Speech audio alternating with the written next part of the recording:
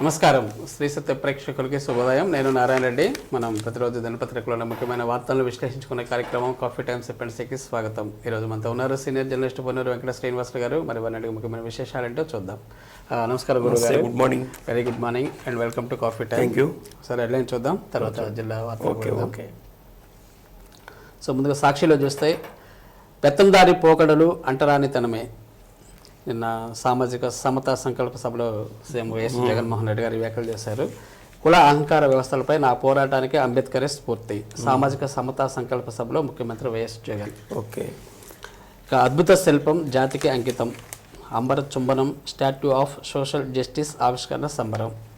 ఇక రాష్ట్రంలో మరో చారిత్రక ఘట్టానికి శ్రీకారం. రాష్ట్రమంతటా కులగణన మొదలు. తొలి రోజు 14,334 సచివాలయ పరిధిలో మొదలైన ప్రక్రియ. రామోజీ ఫిల్మ్ సిటీలో ఘోర అగ్ని ప్రమాదం. విస్టెక్స్ ఏషియా CEO సంజయ్ షా దుర్మరణం. ఇవి సాక్షిలో వచ్చిన ప్రధాన వార్తలు. ఈనాడులో చూస్తే జే గ్యాంగ్ భూమంతర్ వన్ పిక్ పేరిట భారీ మోసం. ఇక గ్రామీణాభివృద్ధి సుసంపన్నం. కుప్పం నుంచి ఇచ్చాపురం వరకు అన్ని గ్రామాల్లో మార్పు కనిపిస్తుంది. నేరుగా 2.47 లక్షల కోట్ల మహిళల ఖాతాల్లోకి అని చెప్పేసి ఒక వార్త. ఇవే ప్రధానంగా ఈనాడులో వచ్చినవి. చివరిగా ఆంధ్రజ్యోతిలో చూస్తే జగన్ కేసుల్లో ఎందుకు ఈ జాప్యం, విచారణలో ఆలస్యం ఎందుకు, ఒక డిశ్చార్జ్ పిటిషన్ పైన పరిష్కరించడం అని చెప్పేసి ఎంపీ రఘురామకృష్ణరాజు పిటిషన్పై విచారణ సందర్భంగా సుప్రీంకోర్టు వ్యాఖ్యలు చేసింది. ఇక అల్లదిగో బాలరాముడు పద్మపీఠంపై చిరునవ్వులు చిందిస్తూ చేతిలో బంగారు ధనస్సు బాణం, ప్రాణ ప్రతిష్టకు సిద్ధమైన దివ్యమంగళ రూపం. బాగుంది సార్. ఇక డేటా ఎంట్రీ ఆపరేటర్ నుంచి IASల దాకా ఇరుక్కుపోయారు. అరాచకాలను చూస్తూ కళ్ళు మూసుకున్న ఫలితం. దొంగ ఓటరు ఐడీల కేసులో ఈసీ పకడ్బందీ చర్యలు. ఇక అంబేద్కర్ సభలో సొంత భజన. పార్టీ ప్రచారంలో విగ్రహావిష్కరణ కార్యక్రమం. ఇక రామానాయుడు భూములను ఇతర అవసరాలకు వాడొద్దు. భూ వినియోగ మార్పిడిపై సుప్రీం స్టే. ఇక రేపు పగ్గాలు చేపట్టనున్న షర్మిల. నేడు ఇడుపులపాయలోకి తండ్రికి నివాళి. విజయవాడలో బాధ్యతల స్వీకరణ. ఆమె సమక్షంలో పార్టీలో చేరనున్న మంగళగిరి ఎమ్మెల్యే ఆర్కే. ఓకే, ఇవి సార్ ప్రధాన వార్తలు స్టేట్లో. ఇక మన ప్రకాశం జిల్లా వార్తలకు వస్తే ఇక రాజకీయ పార్టీలకు ఓటర్ల జాబితా అందజేయాలి. రాజకీయ పార్టీ ఓటర్ల జాబితాని సిద్ధం చేశారు. 22వ తేదీ లోపల వాళ్ళకి ఇవ్వాలని చెప్పి ఎలక్షన్ కమిషన్ కూడా నిర్ణయం తీసుకున్నటువంటి సందర్భంలో నిన్న పోల భాస్కర్ గారు దీనికి సంబంధించినటువంటి ఎలక్ట్రోలర్ అబ్జర్వర్ ఆయన మన జిల్లాకి వారు నిన్న మన జిల్లాకి రావడం జరిగింది. జిల్లా కలెక్టర్ గారు, జిల్లా జాయింట్ కలెక్టర్ గారితో సమీక్ష సమావేశం నిర్వహించారు. ఇక్కడ జరుగుతున్నటువంటి ఓటర్ లిస్టు ఫైనలైజేషన్ దాని మీద కూడా సమీక్ష చేశారు. ఓటర్ల జాబితాలో సవరణలు, తుది జాబితా ఇవన్నీ కూడా రెడీ చేసి 22వ తేదీ లోపల అందజేయాలని మా 22 వచ్చేసింది కదా, 22వ తేదీ లోపల రాజకీయ పార్టీలకి ఇవ్వాలని చెప్పి ఒక నిర్ణయాన్ని కూడా తీసుకున్నారు. దీంట్లో ఏదైనా తప్పులు అలాంటివి ఉంటే వాటి మీద కూడా నిర్లక్ష్యం వహించకుండా పకడ్బందీగా వాటిని కూడా వెరిఫై చేసి ఇవ్వాలని చెప్పారు. ఓటర్లందరికీ గుర్తింపు కార్డులు కూడా పంపిణీ చేయాలి కాబట్టి ఎపిక్ కార్డులు ఉంటాయి కదా, పంపిణీ చేయాలి. ఫిబ్రవరి 15వ తేదీ నాటికి దాన్ని కూడా పూర్తి చేయాలని చెప్పి వాళ్ళకి దిశానిర్దేశం చేయడం జరిగింది. మొత్తం మీద లోపాలు అయితే కనిపిస్తూనే ఉన్నాయి. పేర్లు ఒక చోట పేరు తప్పు ఉంటుంది, ఒక చోట ఇంకొకటి తప్పు ఉంటుంది. మ్యాచ్గా ఇప్పుడు మా అమ్మాయికి కొత్త ఓటర్ కార్డు ఇచ్చాము, ఓటర్ కార్డు వచ్చింది, దాంట్లో పేరు తప్పు ఉంది, డేట్ ఆఫ్ బర్త్ తప్పు ఉంది, అన్ని తప్పు ఉన్నాయి. అంటే ఫుల్ నేమ్ లేకుండా కొంత నేమ్ ఉంది. దాంట్లో మళ్ళీ మనకి డేట్ ఆఫ్ బర్త్ కూడా తప్పు ఉంది. రేపు ఐడెంటిఫికేషన్ కార్డుగా ఓటర్ కార్డును కూడా అడుగుతారు. వీటన్నిటిని కూడా మళ్ళీ దాన్ని చేయాల్సినటువంటి అవసరం ఉంది. కాబట్టి దాన్ని ఎలా చేసుకోవాలో ఏమిటో కూడా ప్రజలకు ఒక అవగాహన కల్పిస్తే మంచిది. 57 పాఠశాలపై చర్యలు అంటే ఎందుకు సార్ ఇవి? ఎయిడెడ్ పాఠశాలల్ని ప్రభుత్వ వాటిల్లో కలపాలని చెప్పి గతంలో ప్రభుత్వం నిర్ణయం తీసుకుంది. దానికి సంబంధించి కొంతమంది అప్లికేషన్స్ కూడా పెట్టుకున్నారు. మళ్ళీ దాంట్లో కొంత సడలింపు వచ్చింది. మళ్ళీ ఎవరికి వాళ్ళు జరుపుకుంటారు చెప్పుకోవచ్చు అని. అయితే ఇట్లా ఉన్న వాటిల్లో కూడా మన జిల్లాలో 142 పాఠశాలలు ఉన్నాయంట ఎయిడెడ్గా.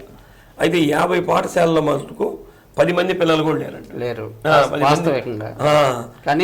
జీతాలు మటుకు వేలలో ఉంటాయి. అలా 10 మంది కూడా లేనటువంటి స్కూల్స్లో ఉన్నటువంటి ఉపాధ్యాయులు కూడా 180 మంది ఉపాధ్యాయులు ఉన్నారు.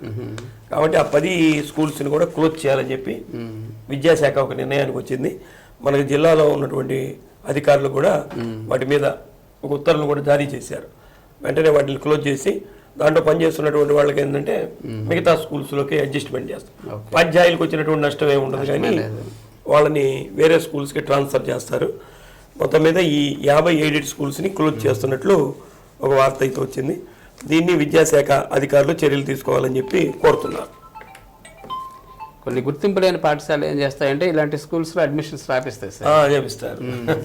అది ఉండేదే 10 మంది పిల్లలు ఉండరు, ఎక్కువ మంది అడ్మిషన్స్ ఉంటాయి. రికార్డులో అయితే ఉంటుంది కానీ ఫిజికల్గా ఉండరు.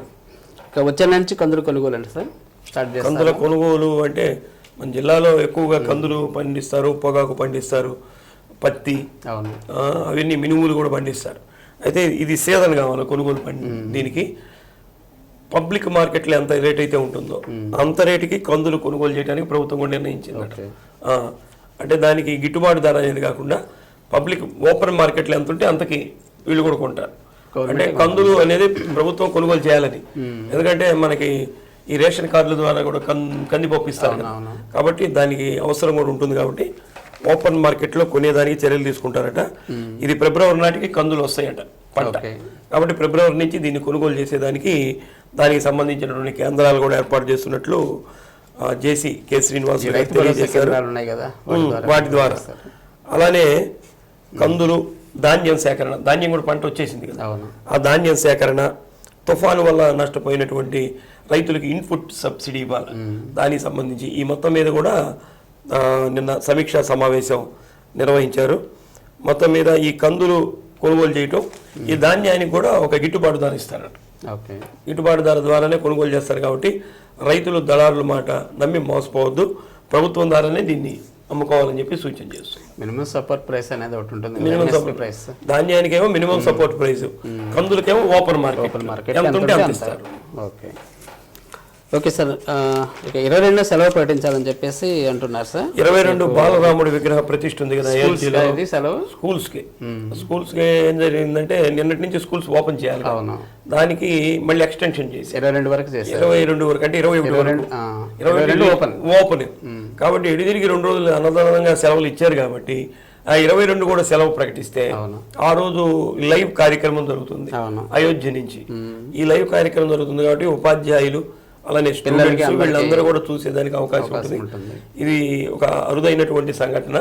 కేంద్ర ప్రభుత్వం కూడా హాఫ్ డే లీవ్ ఇచ్చింది. కేంద్ర ప్రభుత్వం పనిచేసేటటువంటి ఆఫీసులన్నిటి కూడా అంటే లైవ్ వచ్చే సమయంలో వాళ్ళకి హాఫ్ డే లీవ్ ఇచ్చారు. అలానే 22వ తేదీ ఓపెన్ అంటున్నారు కాబట్టి 22 కాకుండా 23 నుంచి ఓపెన్ చేయండి. ఆ రోజు విద్యార్థులు ఉపాధ్యాయులు చూసేదానికి కూడా అవకాశం ఉంటుందని చెప్పి దీనికి ఏపీ ఉపాధ్యాయ సంఘం రాష్ట్ర సంఘటన కార్యదర్శి శ్రవణ్ కుమార్ గారు కోరుతున్నారు.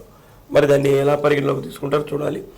మరి ఈ నిన్న 2 రోజులు సెలవులు ఇచ్చారు కదా, ఇవి రేపు సెకండ్ సాటర్డే సండే కూడా పెట్టేదానికి అవకాశం ఉందని తెలుస్తుంది. మొత్తం మీద అదేమైతే అది అవుతుంది. తర్వాత ఈ రోజు కూడా సెలవు ఇచ్చారు కాబట్టి ఇంకొక ఆదివారం కూడా పనిచేయబోతుంది. మళ్ళీ అద్భుతమైన ఘట్టం రాదు కాబట్టి వాళ్ళు అడుగుతున్నారు. మొత్తం మీద ప్రభుత్వం ఏ నిర్ణయం తీసుకుంటుందో చూడాలి. కానీ ఇస్తే మంచిది సార్. సార్ త్రివిక్రమ్ శ్రీనివాస్ పై ద్వయం అంటే దానికి ఏం చేశాడు? ఈ సినిమాలో విలన్ల పేరు లెనిన్ మార్క్ అని పెట్టాడంట. విలన్ల పేర్లు లెనిన్ మార్కు. అంటే ఈ మార్కు లెనిన్ సిద్ధాంతాలు కమ్యూనిస్టులు ఎక్కువగా వామపక్ష భావజాలం ఉన్నవాళ్ళు అవలంబిస్తారు. వాళ్ళ పునాదులే దాని మీద ఉంటాయి. మార్క్స్ ఇచ్చినటువంటి సందేశం, లెనిన్ చూపినటువంటి మార్గం దీని మీద. అయితే త్రివిక్రమ్ శ్రీనివాసు దాని డైరెక్టర్ కదా, ఆయన మాటల రచయిత కూడా. ఈ విలన్స్ కి దుర్మార్గంగా మహానుభావుల పేర్లు పెట్టడం పట్ల వాళ్ళు నిరసన వ్యక్తం చేసి త్రివిక్రమ్ శ్రీనివాస్ యొక్క చిత్రపటాన్ని కూడా దగ్ధం చేయడం కూడా జరిగింది. వెంటనే ఆ 2 పేర్లని తొలగించి మళ్ళీ వేరే పేర్లు పెట్టాలని చెప్పి కోరుతున్నారు. లేకపోతే న్యాయస్థానాలకు వెళ్ళి దీని మీద ఒక ప్రకటన కూడా మేము ఉద్యమం కూడా చేస్తామని చెప్పి ఎస్ఎఫ్ఐ ఆధ్వర్యంలో విద్యార్థి సంఘం నాయకులు అందరూ కూడా ఒక హెచ్చరికలు జారీ చేశారు. ఇప్పటికే సినిమా వచ్చి చాలా రోజులైంది.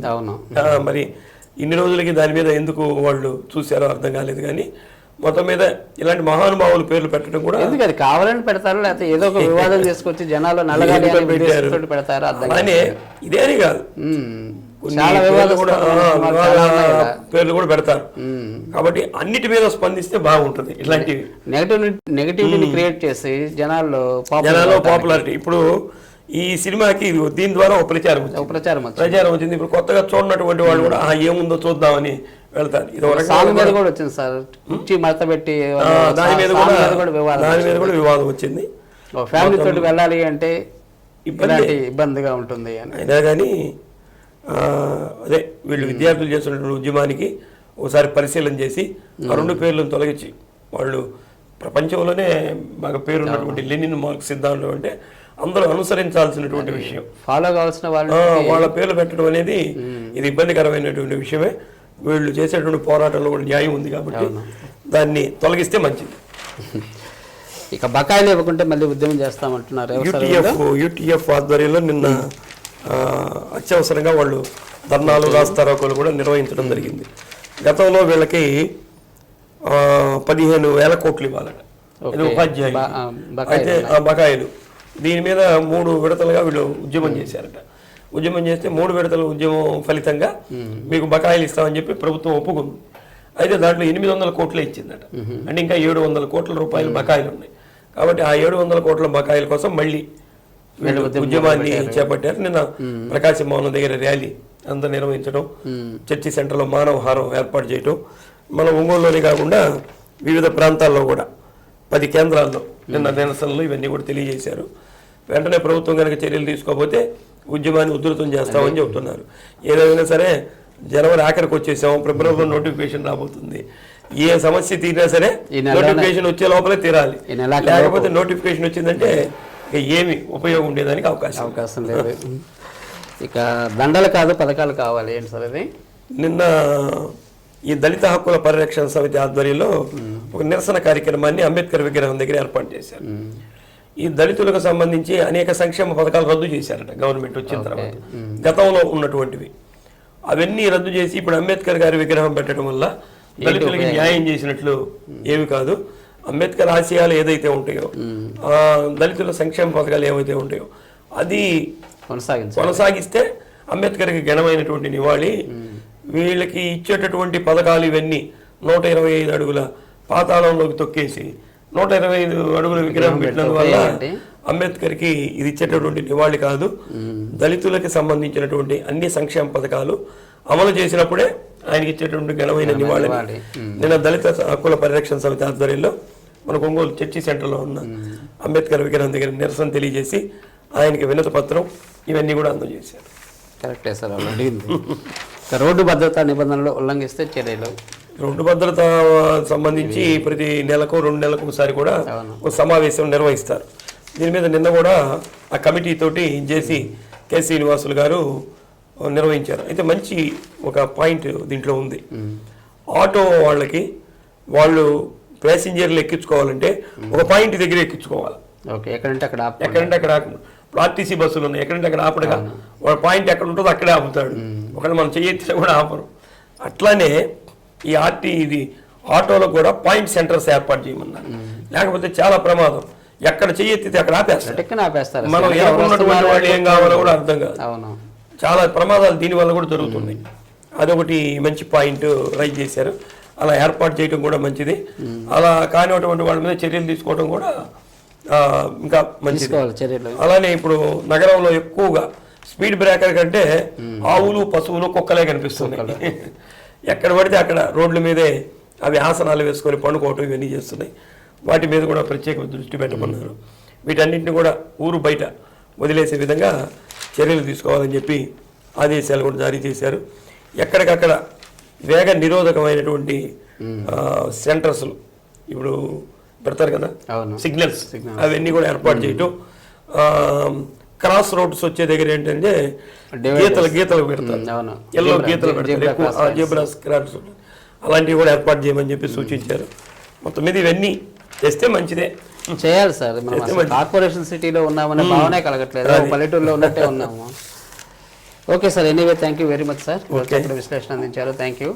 మరి ఇదండి ఈనాటి కాఫీ ట్రాన్స్పరెన్సీ కార్యక్రమం. తిరిగి రేపు ఉదయం 8:30 ఇదే కార్యక్రమంలో మరిన్ని తాజా వార్తలతో మీ ముందు ఉంటాం. అంతవరకు చూస్తూ ఉండండి శ్రీ సత్య నెట్వర్క్. నమస్కారం.